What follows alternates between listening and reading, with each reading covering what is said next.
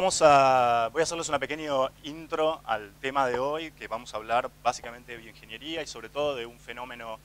relativamente reciente, digamos, que es este pasaje que está llevando a la biología de una ciencia de la ingeniería reversa, digamos, a una ciencia de la ingeniería. Antes que nada, les quiero pedir disculpas por todos los errores que voy a cometer en los próximos 2 o 3 minutos. No tengo ninguna formación como biólogo, todo lo que sé de biología lo aprendí en la Wikipedia y de uno o dos sites similares, como Academic Earth. De todos modos, es un tema que me interesa mucho. Y algo que entendí de alguna manera,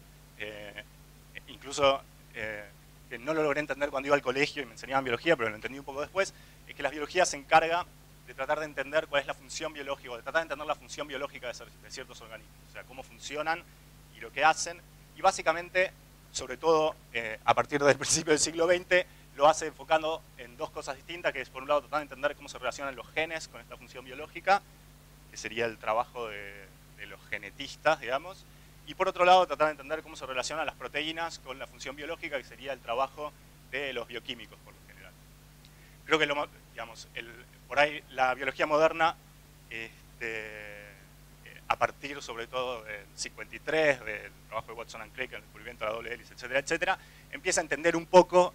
cómo se relacionan también, digamos, los genes con las proteínas, digamos, y de ahí de alguna manera completamos un poco este circulito, pero sobre todo si uno piensa en el trabajo de un biólogo, digamos, es un trabajo que en ingeniería llamaríamos de ingeniería reversa, ¿no? O sea, yo salgo de la función, que es lo que quiero entender, y tengo una cosa que puede ser una célula, un organismo más grande, digamos, y lo sacudo de distintas maneras y lo pongo abajo de lámparas de distintos colores, y lo que trato de entender un poco es qué es lo que está funcionando ahí adentro y cómo está funcionando.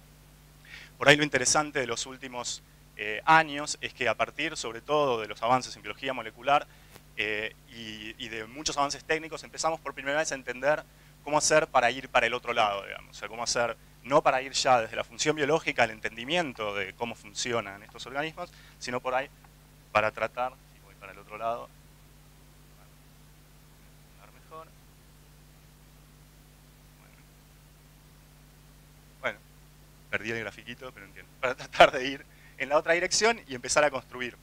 Ahora, no desde la función biológica tratar de entender cómo funcionan las cosas, sino a partir de sintetizar genes, sintetizar proteínas, por ejemplo, entender cómo eso funciona, tratar de construir función biológica. Y eso es un poquito el camino en el que estamos empezando a recorrer en los últimos, supongo que ya desde hace 50 años, pero que es algo que se viene acelerando en los últimos años. Quería hablarle de algunos trends, los que vienen de... Sé que hay mucha gente que viene del área de informática o de comunicaciones, donde se conoce mucho lo que se llama la ley de Moore. La ley de Moore en informática dice básicamente que la capacidad de computación que tenemos se duplica cada 18 meses, digamos, o por lo menos el costo, el costo de computar se reduce a la mitad cada 18 meses. Y es interesante ver que en biología, y sobre todo en un área muy particular, que es la de secuenciamiento de ADN y la de síntesis de nuevos genes desde productos químicos, digamos, estamos atravesando un proceso que cumple con el mismo tipo de curva, digamos. Esto es una curva logarítmica, y lo que vemos es realmente que el costo de secuenciar ADN está bajando, digamos, exponencialmente, se está reduciendo exponencialmente, y el costo de sintetizar ADN está reduciéndose exponencialmente. Y una de las preguntas que nos podemos hacer es qué impacto va a tener esto, qué impacto tiene esto en el futuro de la bioingeniería, que es gigantesco, digamos. Cuando Craig Venter empezó con el proyecto del genoma humano, con la idea de secuenciar todo el genoma humano, por allá por los 80s,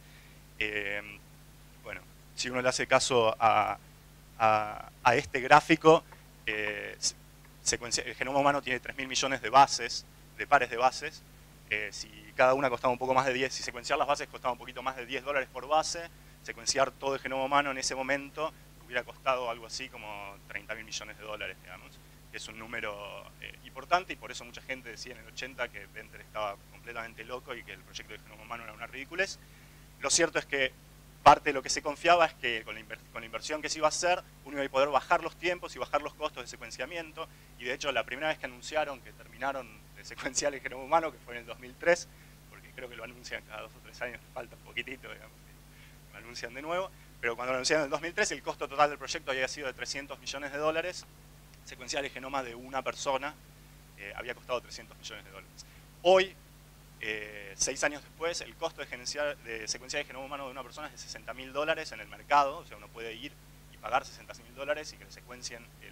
el genoma. Se supone que para el año pasado, para el año que viene vamos a estar en $5.000 de costo de secuenciamiento del genoma de una persona, cosa que ya pone en principio a nuestro alcance un montón de,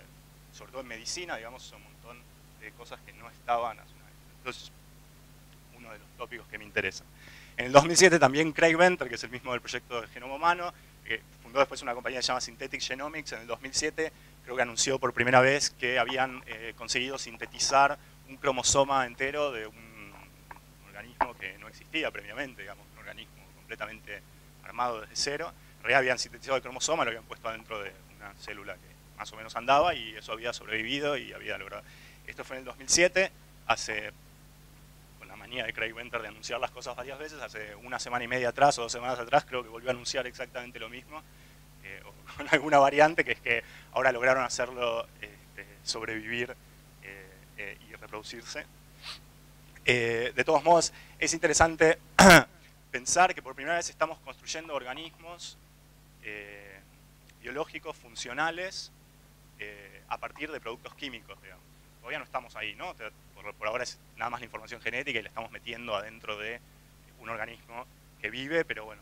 pero podríamos llegar y podemos llegar a construir organismos biológicos que funcionen, digamos, desde productos químicos y algunas máquinas, digamos. Eso parece recontra interesante.